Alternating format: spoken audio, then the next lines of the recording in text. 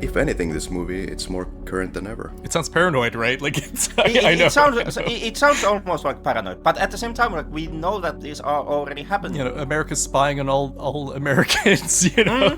The ear is listening to everybody today. It's Don't need communism for that. No.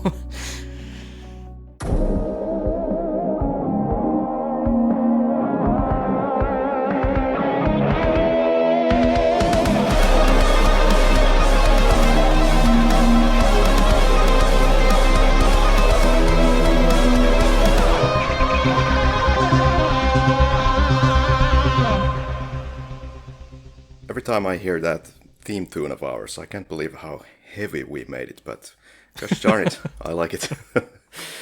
So, I'm Karri, a Finnish person who has somewhat studied and dabbled in audiovisual works, but most importantly, we have a guest here, Martin Kessler. Welcome to the show. Thank you for having me. I think this should be a great conversation. And my co-host Henrik is there somewhere, lurking, up-and-coming master of arts. Still here. Still here, somehow. Counting as being present. Somehow you're able to withstand me. Yeah, so you have dabbled into everything on this earth, from ice sculptures to music videos, and yes, I'm not gonna give you any rest on that music videos debacle, so I'm gonna keep mentioning it. And today's topic is the ear. What is an ear, Henrik? It's a organ in human being. Yeah, that we use to listen to this very podcast at the moment. Apparently, according to the Encyclopedia Britannica, human ear is an organ of hearing and equilibrium that detects and analyzes sound by transduction. Which is something that apparently the Czechs never actually checked out, because they don't have Encyclopedia Britannica in Czechoslovakia. That may be a problem. Christ, guys! All right, let's get to the real topic. So, let's talk about Martin Kessler. So, who is Martin Kessler? I'm a filmmaker, podcaster, all-around movie person. I like to talk about movies, so yeah, happy to be here. Yeah, I've seen you've contributed to quite a few podcasts, I understand. Yeah, I like to do podcasting. I don't really have my own show right now. I just kind of go from podcast to podcast, but I appear on Wrong Reel pretty frequently. I'm on the Pink Smoke podcast pretty often. That's kind of my home away from home for film writing. I'm over on Film 89 somewhat. I should be on more, but maybe that'll change in the future.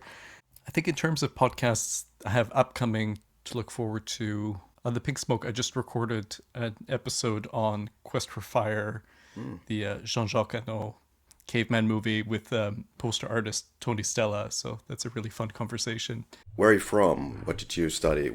I mean, I have a Czech background, which I've heard some people say, like, oh, Martin's a Czech movie expert, and I'm not. I've got a Czech background, and I like movies, so those things are, I don't think they quite add up to being a Czech movie expert, but I'm happy to talk about this. Lived in Canada most of my life, and I went to York University for film production, so that's my resume, I guess. Nice. And yeah, it was just somebody I can't recall anymore, but it was a couple of years ago when somebody on Reddit or wherever was recommending you to come to the show to talk about Czech films. So I was like, oh, all right, let's follow this guy on Twitter, and yeah, that's how. Glad it finally happened. Yeah. So that's basically your relationship with Czech Republic or Czechoslovakia by extension. Do you frequent Czech Republic or those parts of the world? I haven't been there for a long time. I think last time I was there was in maybe 1999. So I'm pretty Canadian, but I travel a lot, but I haven't really been back to Europe for quite a long time. Instead, I've gone more to East Asia. I've been to China, Taiwan, and visited Hong Kong and a few places like that. Mongolia was pretty interesting. And the United States, of course, since it's the neighbor to the south from where I am. And so you do film essays of sorts and other artsy endeavors. Do you want to say anything about those? Sure. Yeah, I earlier this year I did a longer 3-part kind of history of the King Kong franchise for Film 89, where I kind of get into the good, the bad, the ugly of King Kong throughout the years, the last 90 years. I have an upcoming series I've been writing for The Pink Smoke, which discusses architecture in science fiction, and I look at a couple different films and artworks and even a video game. I talk about stuff like Last and First Men and George Lucas, his first film, THX 1138, a couple things like that. So that should be pretty interesting. I also have other essays and things for The Pink Smoke, like I think I'm kind of known for a series I did about Alexei German, the Russian filmmaker who made Khrushchev, My Car, and Hard to Be a God, and My Friend Ivan Lapshin, all these great masterpiece films. And I even wrote about a Czech film for that site, Attentat, which is about killing high-ranking Nazi Heydrich during World War II. It's a true story, and there's a couple film adaptations about that, so I kind of touched on the other film versions, but mostly focused on Attentat. So if folks enjoy this conversation and they want to read something I wrote about Czech film, that's maybe the best one to check out. And you've already discussed Ucho, or the ear, in the Projection Booth podcast back in 2019. So yeah. Yes, I'll try not to repeat myself too much. And you have contributed to this Flixwise podcast. You've been co-producer. I think the podcast is on a break now.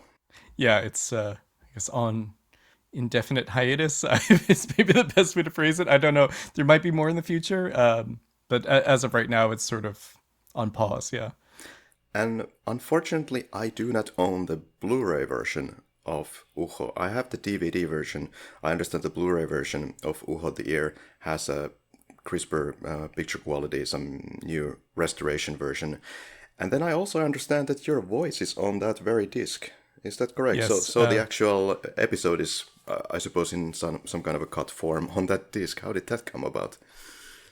Well, I guess we recorded it with that in mind, but I should say second run, they didn't give me a Blu-ray copy, though. I had to go and buy it. So, ouch.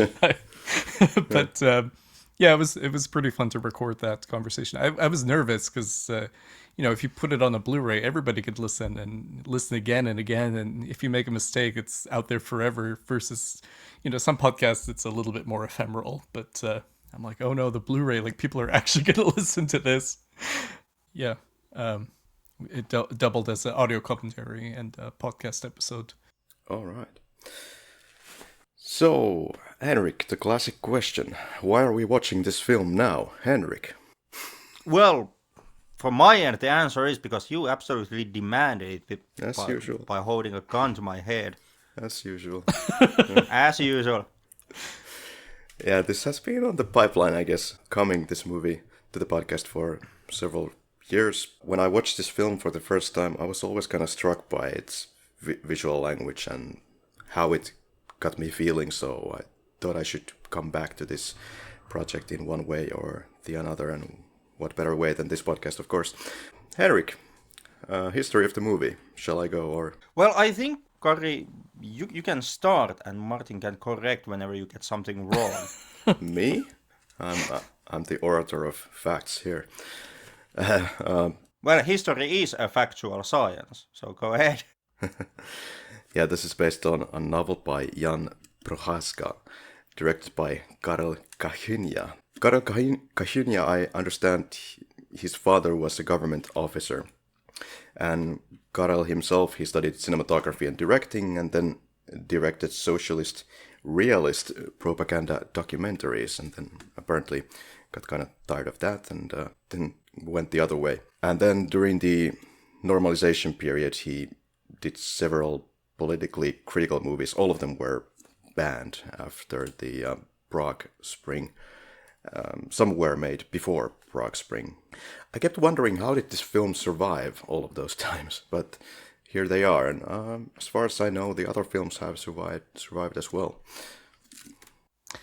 Yeah, it's... it was locked away for 20 years. I'm surprised it was completed. I would have thought during the Soviet invasion it would be maybe destroyed, or I guess they basically locked it away thinking nobody would ever see it, and then finally after the Velvet Revolution and the collapse of communism, people could finally see this movie, which is, I think, one of the reasons why I never saw it until relatively recently. Like, I think I saw it for the first time maybe in, I don't know, 2018, something like that. Like, it's not one of the films I grew up with. It's not, one of those kinds of Czech movies like Daisies, or, there were a couple of those that were sort of films that I was very familiar with. And this one, I hadn't even really heard about it until, I guess a couple of years ago. I mean, I knew Prochaska and Kachyňa. They'd written several films together. They'd collaborated for a number of years, and they had quite a few films they'd made together. I mean, like Coach to Vienna, I always think of as probably the most famous one. That one's considered a classic, but I think this is probably the most interesting as far as coming at it from the point of view of artistic background, their political background, and just kind of how it gets into the minutiae of totalitarianism. There's quite a lot of paranoia here. Oh, for sure. Henrik, maybe we just ambush you and ask you just point blank, what did you think? I'm kind of two minds about the film. It's a good film, most definitely. I don't know about groundbreaking film without its legacy as a movie that was banned in Czechoslovakia for 30 years. For me, Ucho is kind of a case where, having seen X number of Soviet cinema, when it comes to, like, in a lot of analysis and talks about the film, people point out the cutting and the way how the story is being told, how the flashbacks are being introduced, how the sound operates in the film, how you have a scene, you get a sound, somebody says a line which doesn't fit the scene, and then you realize that, oh, it's actually the line comes from the scene after, where the film goes into a flashback. And or that is an effective moment to experience. But after seeing enough Soviet cinema, you kind of see these tricks often enough that they kind of lose some of their glamour to you. And with that, you're kind of left with a film that you really like, and a film that you agree is really good, but you don't exactly see how the sound editing or the cutting is so revolutionary to somebody else. You are kind of looking at it from the perspective, oh, I've seen that. That's the Soviet filmmaking being Soviet filmmaking once again. Is this one of those cases again where you went online and saw a lot of praise for a movie, and then you watch the movie and you're completely disappointed when it's not meeting your expectations? I'm not completely disappointed, but yeah, that is the case. Yeah, that's a bad habit of yours. It has ruined a number of films for me. At the same time, it's also a habit that is extremely hard to avoid, especially when you are a film podcaster. It's kind of hard to look a movie that you know that you are going to be making an episode, and then still have the opportunity to go into that movie blind. That comes with the job, I guess. You watch so many movies and you could just get a little jaded. Yeah. But I hear where you're coming from, though, because I think anytime people try to sell something as revolutionary or doing it for the first time, it's like something's probably done it better and years before. Like, that's almost always the case when people try to sell, like, oh, this is the first film to do this. I mean, I don't really think that Ucho does anything that I would consider revolutionary technique-wise. I think that's more just the language of the filmmaking at the time. I mean, Kachyňa, he wasn't really in the Czech New Wave. He was sort of the generation before that, but, he got started with socialist realism, and, style kind of developed out of that. So I think, like, it's not really so much the technique or the style, but I think they work very well as far as exploring this particular story and the paranoia and the subjectivity of what did I say at the party? What did they say at the party? And trying to go over in your mind what might have been a slip up, or what might have been an insidious statement or an innocent statement, that sort of thing. I think, it all works very well. Yeah, I think that Ucho is more interesting, is a film that is more interesting in what it's saying and in kind of the heart of the film than in the technical aspects of the making of the film. Then again, I do feel that it's extremely well paced, and there's a lot of meaning or attention to the cinematography. It looks fantastic. I mean, especially I think of those scenes where they're going around the dark house and he's got the candelabra or the lighter, and it looks very gothic horror. It looks almost like a Bava movie or something. And then you contrast that with the very brightly lit scenes of the party, and then also the kind of relief when it's finally daylight at the end, when it's like 4 or 5 in the morning and the sun's coming up. Yeah, when I was watching this film on the technical side of things, do you think that the actors were miming or kind of silent shooting, mute shooting, when, for example, they're at the ball, or however we should call this occasion, and during those times especially you want to avoid something controversial in terms of your dialogue publicly, so you might want to do the recording in studio or post? I mean, it could be that. It could also just be the limitations of the amount of sound at a party. It's sometimes hard to, I think it might be that. I think it might also just be that the way that those scenes are done are meant to be from that subjective point of view. And when you're talking to somebody at a party, you drown out the other sounds. And I think it works very well just having the voice of the person speaking and everything else is kind of eerily quiet. I think it's more maybe about the mood and that feeling that they're speaking to you than trying to create something that sounds like an authentic party while it's really happening, with a lot of noise and a lot of chatter in the background, that sort of thing. Right, sometimes this miming is done in an effort to record the background noise and then do the speech later. I mean, a lot of party scenes and stuff like that, they have to be done either post-sync anyway, or else it's funny when you go on set sometimes and you see these party scenes being shot, and you have to tell all the extras basically just to mime their dialogue, and everyone's kind of faking making noise, and then you do that post-sync and kind of create something where you can actually hear the actors. But it's sort of funny what you choose to do and what you need to do sometimes to create a certain soundscape that feels either authentic or stylized or whatever approach you want to take. But rarely do you shoot a party where everyone's like talking at full volume, where you have dialogue that the audience is supposed to hear. Yeah, it goes double for older films, because back in the days when, for example, Ucho was made, the recording equipment really was not on the level that it is today. Meaning that, once again, you have to, when you have, for example, a party scene, you have to make the sound landscape more as a piece-by-piece collection of sounds, rather than as a all around during the shooting recording session.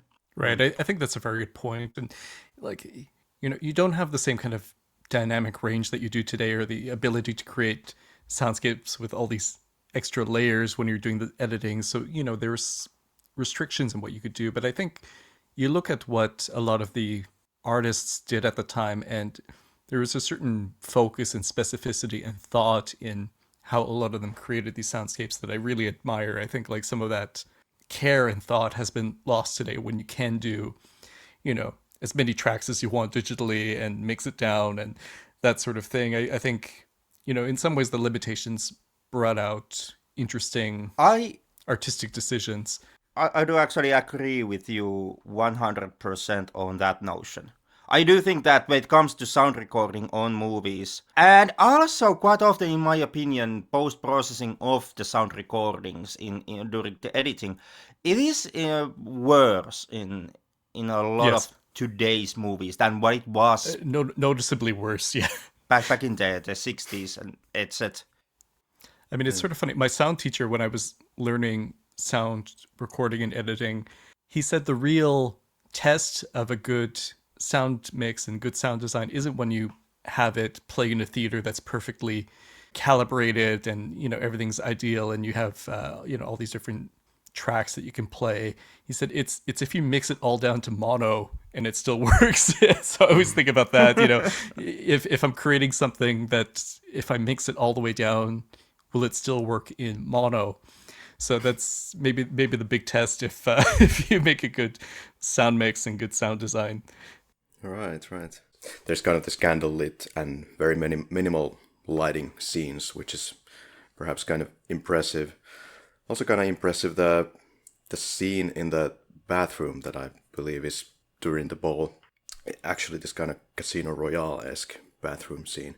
And it just got me thinking that, yeah, it gives a really nice contrast, that bathroom white background versus the character, especially in black and white, as they did in Casino Royale. So that was a scene to behold. Next, somebody's gonna tell me that, yeah, but there's 250 million other movies that do exactly the same thing. Are you trying to tell me that this movie invented contrast? No. I'm just kidding. Yeah. I mean, there's a couple Czech films I think like use that contrast in the black and white really effectively. Like The Cremators is one I always really like. It's the sort of horror story during World War II, during the German occupation, about this Czech guy who joins the Germans and becomes homicidal.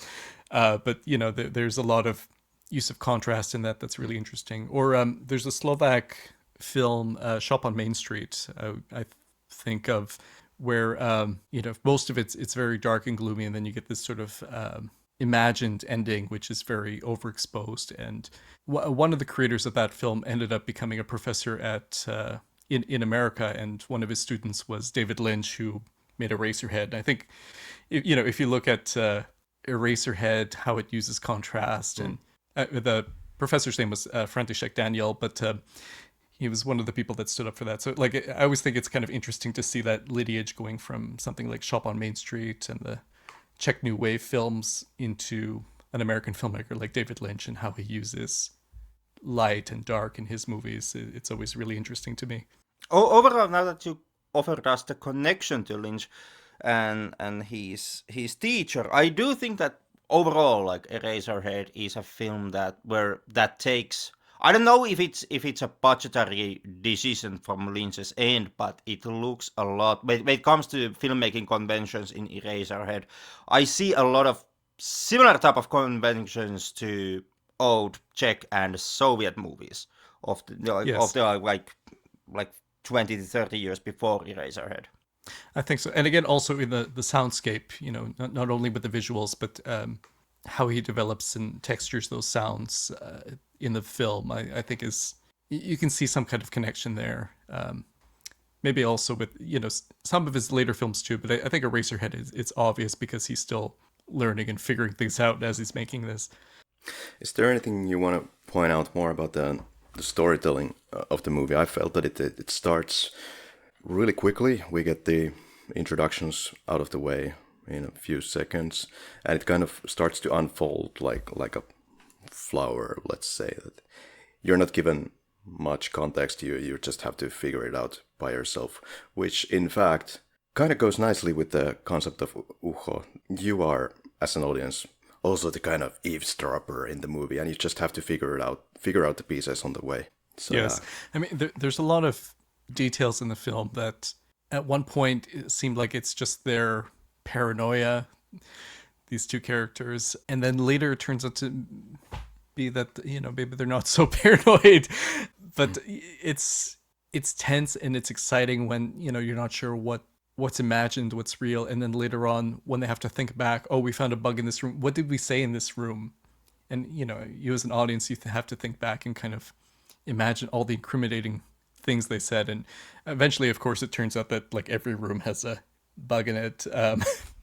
You know, there's listening devices all over, and, you know, there's an interplay between what they're dreading and then what happens, and then it flips that around and then flips it around again. Like, I think a good example is when they hear the ringing at the door and they think it's people there to take Ludwig away to prison, and his wife's up his pajamas, and you know, they're worried that, like, you know, this is the you know, the proverbial knock at the door that you're going to get taken away and purged, and then it's just his drunk friends and they're there to party. But then it turns out that the drunk friends are really there to finish the planting of these listening devices that was interrupted when they came home earlier in the film. So it's a flip. And then, you get this idea that, oh no, they heard everything we said, all these incriminating things.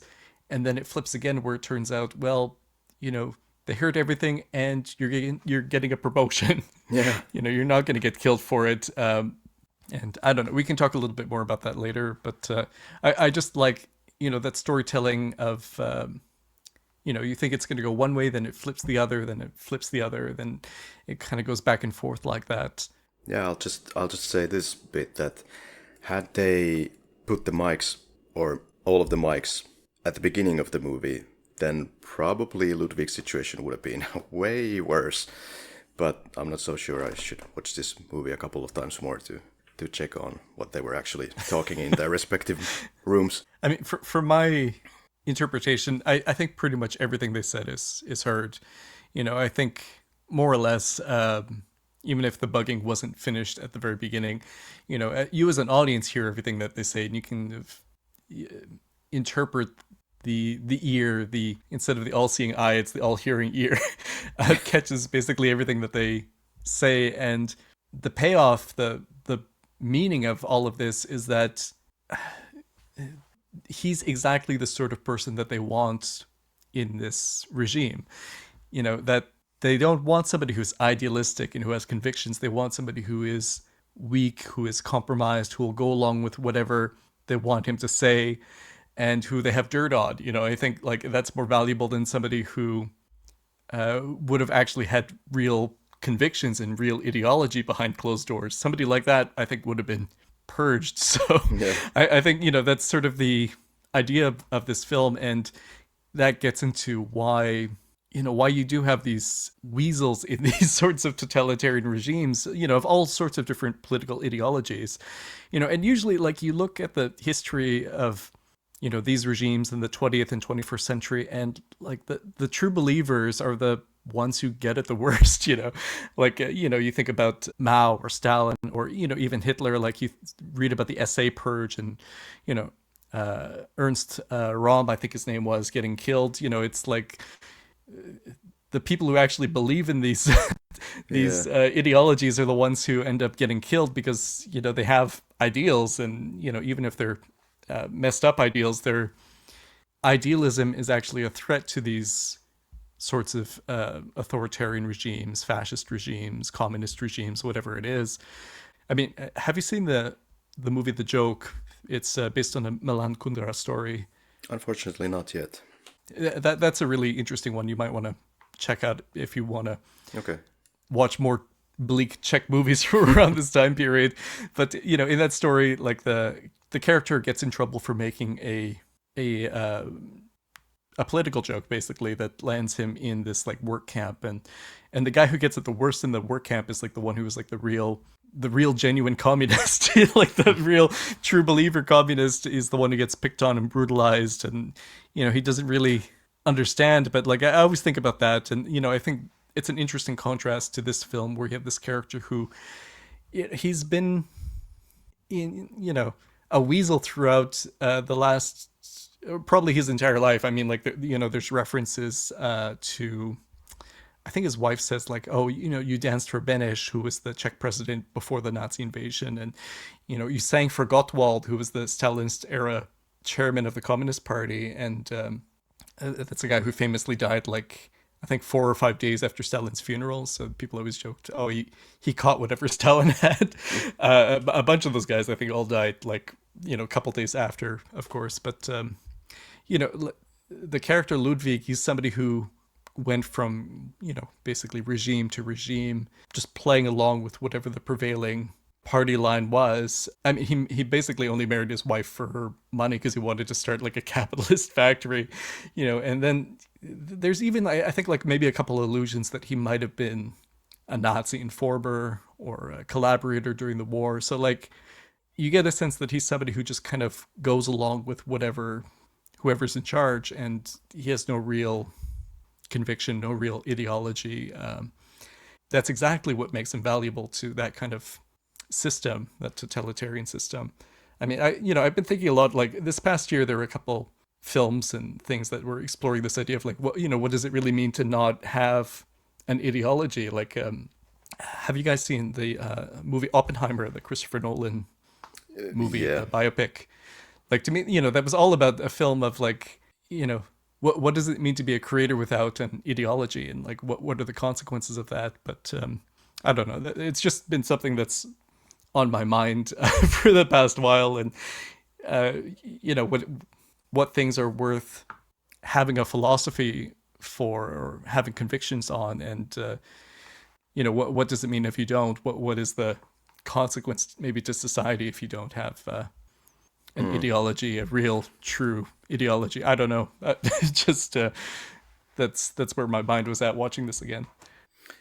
I think bringing up the risks of having such communist ideology was what was in the mind of the director during the making of the film. But while I was watching it, I was also kind of thinking that, hey, it would be kind of interesting if the director would play the ambiguity game a little bit longer there. I mean, of course, we still don't know really what the heck is going on until the last seconds of the movie, but it's quite obvious after 15 or 20 minutes that somebody is after them, somebody is tapping them, etc. I think you're right. Like, it could get even more into that territory of the paranoia and not sure what's real or not, or what's what they're just imagining or not. Although, like, a part of me is really glad that this movie's hour 35 minutes. Rewatching it, I was like, if it was like a 2 hour long movie or something like that, I'd be like, oh, I don't know if I want to be in this world for that long. But I think you're right that, like, that's something that could have been elaborated on, and it would have been very interesting. I suspect that the decision why it perhaps becomes so obvious to us was that when the director was making it, he was banking on the audiences kind of suspecting that the truth is something else than what he's hinting at throughout the film. Like, by giving these strong hints that they are being listened to and they are under surveillance, the audience would automatically expect that the final twist is that they actually weren't under surveillance. It was just accidental happenings. And I kind of suspect that was where the director was banking on. That's why he starts to hint towards the truth so early on, because he's kind of counting on that the audience does not suspect that he's playing with open cards from the get-go, and they are like banking on that they think that there will be a final twist. What about the whole government relationship with Ludwig and the couple relationship? Did you see any kind of similarities there? Both are about to hit the brink, the relationship with the government. Both are very toxic, yeah. Yeah. And I mean, it seems pretty significant that the movie, it's set on their anniversary.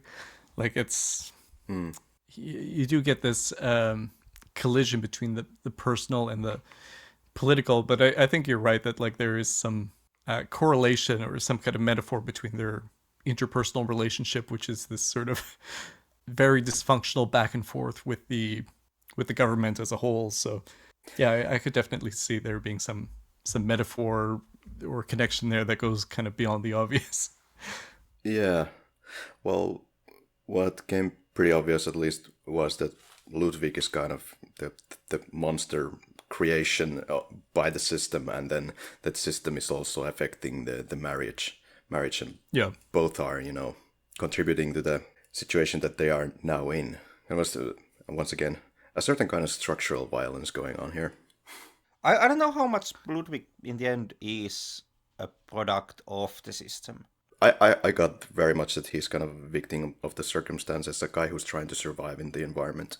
I mean, I think he's a symptom of the system, or byproduct of the system, that it kind of pushes people like that into positions of authority. I think, like, I'm not sure if he's necessarily created by the system, but I think the system is designed to weed out people who are not like him. Yeah, but kind of like that. That's my reading also upon Ludwig. Like, I saw Ludwig not as a victim of the system so much, or his nature not stemming from him being a victim of the system. But, like, going off from what Martin said, the film hints in throwaway lines around the possibilities that Ludwig would have taken part in numerous totalitarian systems. Like a possible Nazi collaborator, worked at least with two regimes in communism. So therefore, I don't really see that Martin has been shaped by any one political system. More or less, he's just spineless enough to kind of weasel his way into different totalitarian systems, and being just slimy enough that the totalitarian systems that he comes in contact with would be kind of awarding him based on the type of person that he is. Weasel, yeah, but I think like he has a survival instinct. He's just trying to survive. But I took him more as a basically just accidentally lucky fool. Okay. Most of his the big games, the big plays that he has made during his career, they have all failed. He marries his wife in order to get the construction company and the money, but the wife remarks to create a capitalistic system. Well, that obviously went fucking nowhere. He failed that. He tries to be a corrupt government official, gets caught. He can't really even destroy the damning evidence, messes that one up, tries to flush official documents down the toilet, and eventually just manages to get the toilet seat caught on fire. So he's more of a buffoon who goes through these situations. And at the end of the day, you know, just because he's a slimy buffoon, the system decides that, okay, we are going to reward you. Yeah. Well, speaking of elements, speaking of water, also waterboarding his wife on their anniversary, basically. Not really waterboarding, though. No, the wife can still pretty well breathe. I'm not saying that that's not abusive. I'm not declining that couldn't be counted as a torture. I'm just, you know, I'm drawing the line on the term waterboarding. There was discussion that, or the wife was suggesting that, oh, maybe you will try to drown me next. That is the... The wife does make the remark, but Ludwig never actually makes the attempt. But how big of a bag of reproductive organs is Ludwig? After all, like, is it really confirmed that what was going on with him and his brother? Did he really murder his brother? It's pretty strongly hinted at that, you know, he's probably responsible for his brother's death, maybe reporting on him. Because his brother, I think they mentioned he fled to England during the war. So yeah, he was on the, on the wrong side, on the Western side. And, it doesn't give you the details exactly, but it's enough to strongly hint that he's responsible for his brother's death. Yeah, there's that.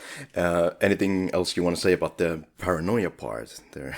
It kind of starts with the wife nicking the orange, and then they're already looking over their shoulder. Probably not about the orange, but, there are these misdeeds they do. Then they arrive at the house. There's a beeping, phone being cut off, no lights, lost keys, door is locked or unlocked, not sure. Did I lock it or what? And then shouting these obscenities at the officials to the mics, or actually so loud by the wife that, everybody would hear it. Burning paper, flushing it down the toilet. Or not quite getting it flushed down. It always makes me think of, even though I don't think there's any way Coppola could have seen it, it makes me think of that scene in The Conversation when the blood comes up out of the toilet. But I think, like, in terms of the paranoia, I mean, that was kind of the reality for a lot of people living under Czech communism. I mean, this is still before the Soviet invasion when the film is set. I mean, it was being made during the invasion, but the period when it's set, it's just a little bit before. And like Procházka, I think like there's probably a strong autobiographical element to this because, he was friends with Novotny, who was the president of Czechoslovakia before being deposed in the Prague Spring. And, like supposedly he even had the nickname President's Pet. He was like buddies with them, or, a pet to him at least. And Prokaska, he was kind of complicit, and he wasn't critical when he had opportunities to be. He had some leeway because he was friends with the president, but he only really became outspoken when things started to crumble. So I think like part of the film is maybe this sort of self-critique of his own moral weaknesses or something like that, and I think like, the paranoia is coming from a pretty authentic place. I think, when you are that close to power, it becomes very dangerous, and you probably do think about getting that knock on your door at 4 a.m. all the time. Can you imagine being close to power and sleeping well at night? I can't, but Right. Well, you didn't even need to be close to power. Like even everyday citizens could be like subjugated. Absolutely, into these but being close to power, it doesn't help. Like it really does kind of increase your chances of something bad happening.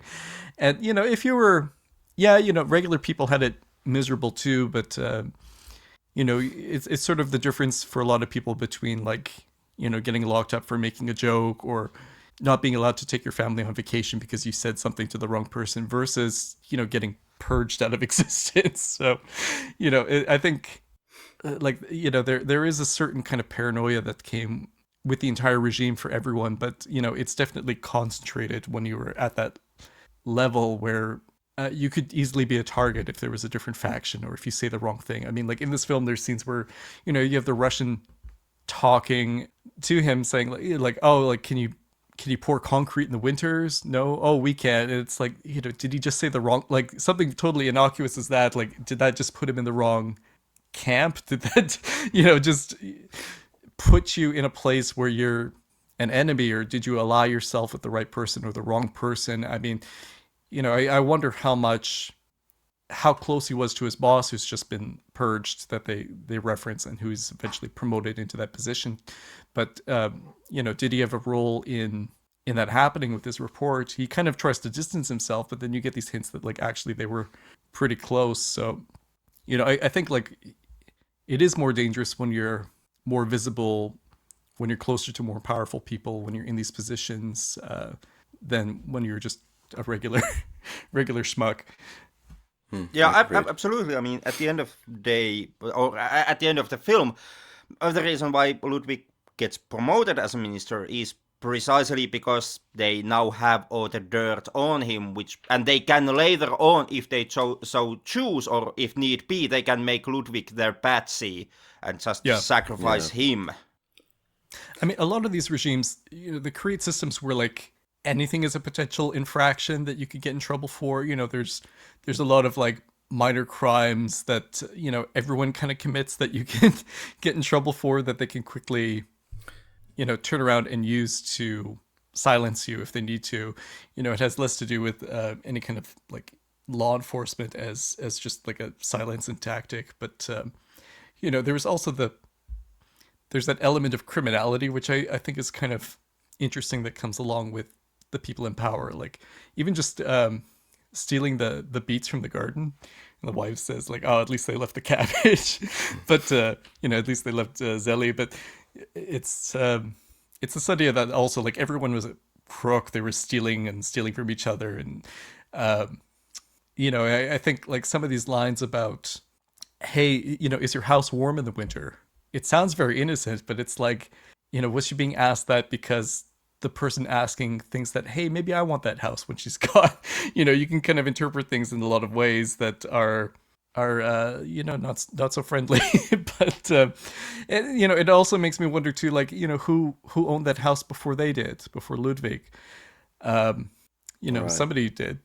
But well, and like just to like connect it to another Czech film, like I think Milos Forman's movie, The Fireman's Ball, is sort of a famous one where, I always think of like everybody stealing in that, and the metaphor of that being kind of extrapolated to the whole society. But you had like even the firemen were stealing in that movie when they turned off the lights and say, hey, put whatever you took, just put it back, and then they turn the lights on and like even more stuff stolen. But I think like it's also a system that like encourages people to be crooks. So yeah, I mean, Ucho is interesting in the sense that today it's once again, kind of topical, because we are getting these reports and we are surrounded by this conversation. Is fascism perhaps once again rising its head around the world, and are like the Western democracies, are we heading slowly towards more totalitarian, more fascist regimes? Not only fascism or totalitarian, it's also very pertinent when you think about the whole internet age and the mass collection of data. Sure. Yeah, and what kind of what people, in my opinion, often should remember when they think about fascist and totalitarian systems is that those systems by default, they are self-cannibalizing. Yeah. Yes. The rewards you get for succeeding in those systems, they usually, like looking at the Soviet Union, looking at Nazi Germany, the rewards were stuff taken from somebody else. And the systems themselves were dependent on the idea that there was constantly an enemy somewhere. Someone was out to get the system, and through the system, someone was out to get you. So communism and Nazism, what have you, totalitarians and fascistic systems, they always have to find the enemy from some place. Somebody has to be the patsy for the regime, and when you eventually run out from the natural enemies, whatever those are, you turn on yourself. Yeah, eventually it is you, and it's your closest friend. It could have been the director as well. I mean, they did lock up the film, evidently, and didn't burn it down in some kind of a bonfire. So they definitely used it as something that they can go back to and then put him into trouble for that.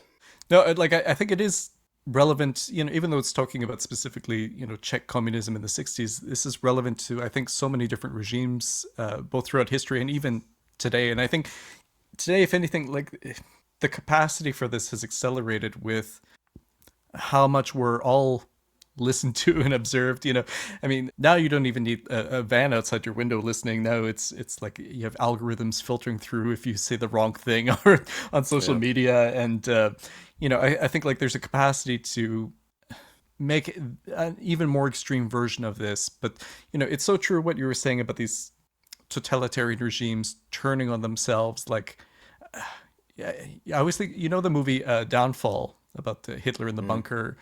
I always think like that's a good film as showing like a microcosm of Nazism, where it's like it couldn't have ended any other way. They all had to like kill themselves, and it was such a suicidal ideology that I think some people today don't necessarily understand that these regimes, they know they're bad and it killed a lot of people and that they're destructive, but they're also flawed ideologies because they're so self-destructive.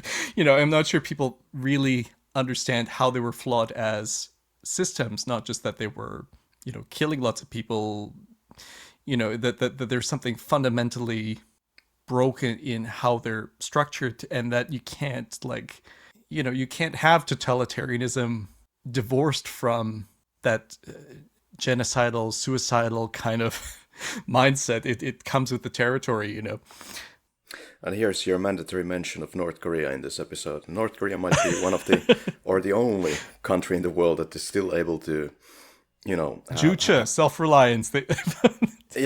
To control the population to that extent. Population basically don't have access to the internet. So that's a powerful tool of manipulation.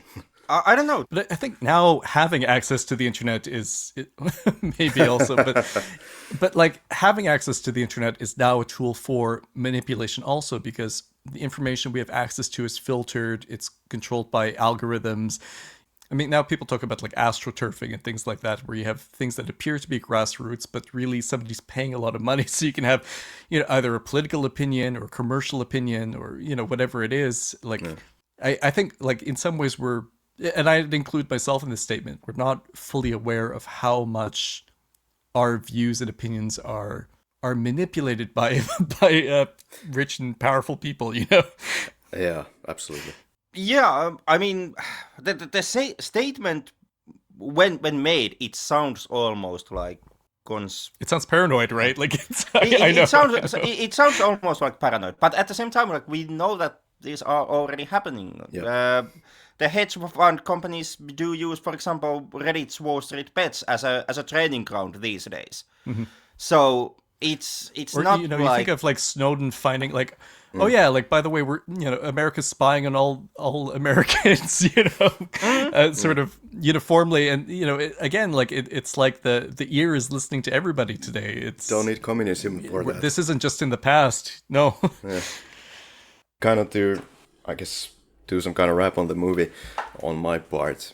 I think it really well encapsulated or captured the sense of confusion at the time, whether you're a rich person or just a regular person. You're trapped.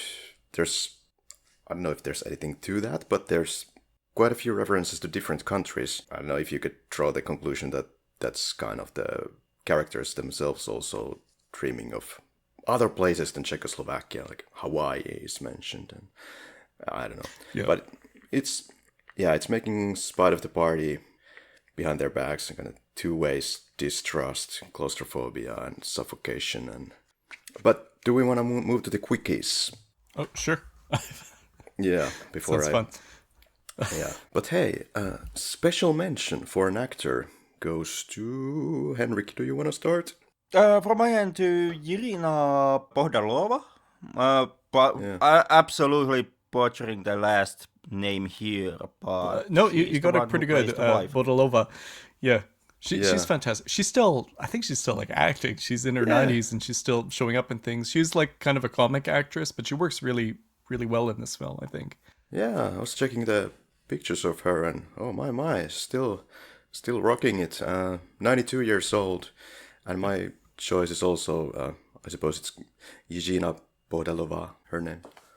I think that's an excellent pick. I mean, I got to shout out Brzobohatý because he's an actor who I always really like, and he's in the film Attentat I mentioned earlier, but usually he plays these more heroic type characters, so it's interesting to see him play somebody who's so pitiable, and I think he's, it's a great duo in this film, really. It's almost stage play like, in that it's the majority of the film being driven by just this couple. I know like some people have kind of compared this movie to Who's Afraid of Virginia Woolf, but it has a little bit of that feeling where it's like these two actors being very intense with each other and playing off of each other really well. But Martin, she is heroic during this movie.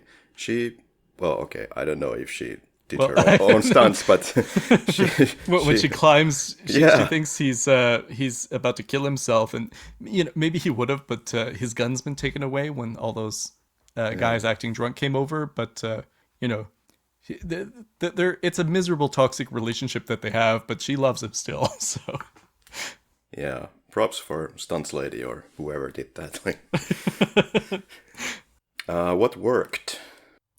From my end, to name one thing, the best thing, the thing that worked the most was the sense of paranoia. Yeah, I'll go with similar lines. Yeah. Atmosphere, I'll say atmosphere. I agree with you both, yeah. What didn't work? I think I kind of agree with your point earlier that it could have gone a little bit further into the ambiguity at the beginning and what was just imagined paranoia and what was a real threat, and just kind of play that up and get a little bit more ambiguous and confusing. I wouldn't have minded that. I guess I'm gonna contradict myself a bit. I would say more ambiguity, but less ambiguity, because there's a lot of lines during the film where you just don't know really exactly what they're referring to, who they're talking about. Of course, you get familiar with the names throughout the film, but there are moments where you're just not maybe quite sure what they're talking about. But yeah, I mean, it comes with the whole experience of eavesdropping, so what the heck. From my end, it's purely a question of taste and opinion.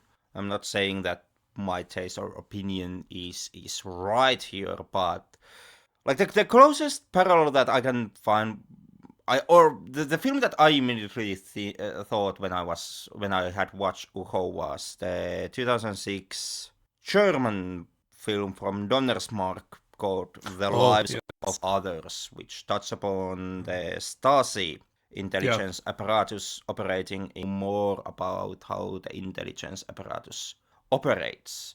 Because with life of others, with the lives of others, you get kind of a similar type of situation that you have in Ucho. You have a couple who come under the suspicion that they are under surveillance by the state, and the lives of others is very blunt and open about the situation, that yes, that is what's happening, and that film kind of follows both the couple and it follows the intelligence officer tasked with the surveillance. So you can kind of see how they are actually surveilling the couple. And I was thinking that how Ucho would have worked if we would have also been in a similar way, if we would have been shown more of the tools and the trade and how the intelligence gathering works around the couple. Like I said, it's a question of taste, it's a question of opinion, and I can't be sure that it wouldn't in the end hurt the film. There's an absolute possibility that had the director tried to also show how the intelligence gathering works, it would have it would have at least made the film most likely longer, and perhaps it would have damaged the tone and the sense of the movie. Completely possible, but that's like the thing that I was thinking about, what this movie would have been if there would have been also more of that side. Have you guys seen that is also in the Wikipedia's see also references? There's Honey Night 2015. Is this supposed to be some kind of a remake? It's a Macedonian remake. I haven't seen it, but I saw the trailer and that seemed like too much already. It was like this sort of overwrought drama. I'm like, I don't know. But I think you could remake this film fairly easily for a different setting, different time period. So you're saying, though, that maybe it was the right choice to not have this as a versus episode, like Honey Night versus I think that's probably a good idea, yeah. It's like Mike Tyson boxing a baby, I don't know. Describe the film in one word, please. Can be adjective or whatever. Despair. Documentary. Paranoid. All right. Will this film survive the test of time? Well, that's a question. I hope so. I think it already has. Like, it's, a film that could have easily gotten lost in, like, it was never released and it got released 20 years later, and, it's this, like, film out of time. But, I think the fact that it's still around and people are still talking about it shows that it's still relevant and it's still interesting. Yeah, I think this film definitely needs more exposure. That's what we're also on our part doing here in our tiny podcast. So, Henrik? Yeah, I side with Martin, but basically with the exact same arguments. All right. Well, here's the fun part. Complete the sentence. You really know you're watching Ucho when? When your friends show up for after party and upon leaving forget all their listening devices behind. You really know you're watching Ucho when you can't tell the difference between the telephone and the front door. You really know you're watching Ucho when you can't lay concrete when it's cold, or when your minister has been knocked out cold with some concrete. Perhaps. Was a lot of references to concrete during the movie, and I was also wondering, like, what the hell is this concrete talk here?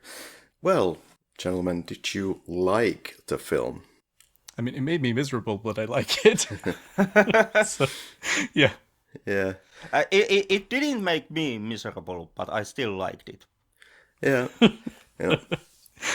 Maybe on the first watch I was a little bit unappreciative about the whole ambiguous nature of the film, but then I started to appreciate at least some of it.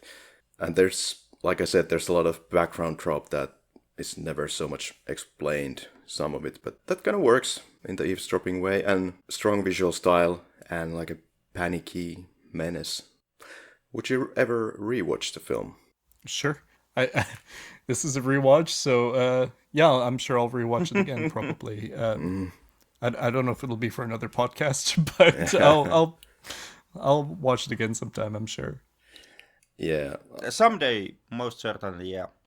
someday, somehow. There's a lot of movies in this world, but I don't oppose to watching it again at all. And I would go and recommend it to someone who wants to get some touching point on Czech cinema, or Czechoslovakian in this case. Would you recommend Ucho? It might depend on the person a little bit, but I think so. I would recommend it. Yeah. Yeah. I too, I would give a recommendation to Ucho. Like we already talked about, it is a movie that is kind of politically topical in today's day and time. A lot of movies were name dropped in today's episode, which are now politically current to watch. It's kind of comes with the whole surveillance film genre territory. They are all prominent now. But that, even though the topicality, even if it applies to quite many movies, it still does not take anything away from Uho and how topical that this movie is. So by all means, yeah, I would say that people should actually check the movie out, especially today. Alongside with that, of course, also check out The Lives of Others, check out The Conversation, check out the other movies that we have mentioned today, but make certain that Uho is also on the list. It is pretty good take on what it can feel like about the paranoia that you may feel when you are living under these types of systems, when you are living in a system that can, whenever necessarily, it just put you under surveillance. And that's something that kind of affects all of us today. Yeah, I would even say that because of how it so well kind of encapsulates that whole psychological perspective of the time, maybe it should be something to be, I don't know, mandatory is a strong word, but I think it should be something to watch in Czech or Slovak schools. Clockwork Orange, the movie to people, just. Yeah, Well, if nothing else, it's a movie that kind of shows you exactly how easily you can say or slip out something that can then be used against you or taken in a wrong context against you. And that's something that applies to also to every post you are planning to make on X or Facebook or what have you. Excuse me while I go delete some old tweets. Yeah. Yeah, and because this is so topical even today, when you think about all those mass surveillance of people online that we already discussed, then you kind of think to yourself there that how much exactly have we moved on from the surveillance apparatuses of the communist era? And yeah, for example, China is doing just fine and dandy there, where they have apparently this surveillance apparatus called Skynet. I kid you not. So every citizen nowadays, they're being passively tracked with whatever means possible: digital phones, computers, surveillance cameras, and who knows what else is there. So Well, they also have the societal scoring system. they do. Where your rights and your abilities to take part and be active in the society can be taken away based on your societal score. So it's very much like Uho, actually, where they also pit your friends and neighbors against you, because you can rise your own societal score by giving your friends and family away. Yeah, the Chinese social system, governmental system is what it is, but you could say that China is kind of on the forefront of testing all this relatively new technology, and people kind of tend to use the technology that they have available to them. So, as we have already seen from Edward Snowden's revelations, etc. So, yeah. So if anything, this movie it's more current than ever. Yeah. That's true and that's sad. Yeah. I think. But, yeah, I agree. Yes. Any closing thoughts? You get something to say, or shall we start closing the laboratory? Oh, be careful what you say, I guess. Amen to that. We can at least kind of avoid this bullet and throw it to our listeners' direction. What did you think, dear listener? Did this episode provide any value to your life, or did you find a meaning to your life from our podcast in one way or the other? Tell us all about it. And if you think this content is obviously life-changing and really valuable to you, then you can rate us on Apple Podcasts. You can drop us a few coins on Patreon. But yeah, thank you for our listeners. And Martin, where can people find you? Thank you so much for having me on. If you ever need a last-minute guest, feel free to give me a shout. Folks can find me online. I'm on Twitter at Movie Kessler, or I guess it's not Twitter now, but you know what I mean. Yeah. And It's that's where basically it's always Twitter. I still got the little bird on my icon. But yeah, that's where I post podcasts and film projects and writing and stuff like that. And but feel free to mute me when I just tweet about like Resident Evil 2 for a day straight. I got the remake, so I was playing that. But No, it's a great game. oh, I love it. I'm having a fantastic time with that. But I can just see like the number of likes I get when I tweet about stuff like that. I'm like, I'm sorry, I know. But aside from that, I do tweet a lot about film and GIFs and stuff like that. So folks who want to check out what I've got, that's the place for it. Martin Kessler, thank you for joining us. Thank you. Yeah, thank you so much for taking part in our podcast. Anytime, seriously.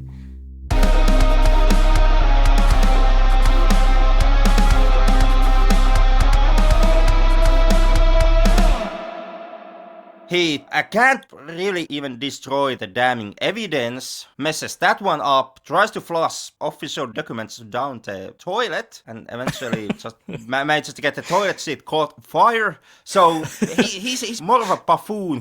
Yeah, Martin has been watching some Finnish cinema lately, or has some Finnish cinema in his shelves. I do apologize for you.